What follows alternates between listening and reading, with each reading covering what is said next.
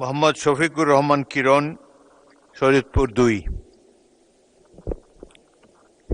বিসমিল্লাহ।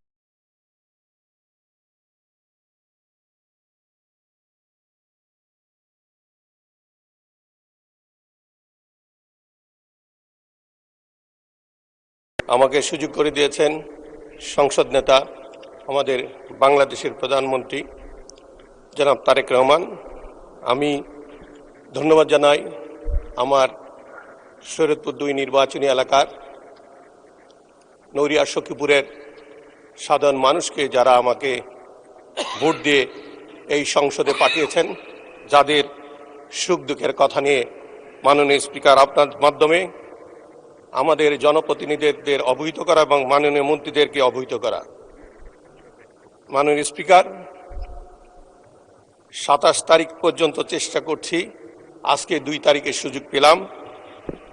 যেখানে কাচিকাটা ভেদেরগঞ্জ উপজেলা একটা ইউনিয়ন আছে, সেখানে প্রায় 2.5 থেকে 3 কিলোমিটার নদী ভেঙে নিয়ে গিয়েছে এবং প্রায় 500 মিটার ভিতরে ঢুকে গিয়েছে।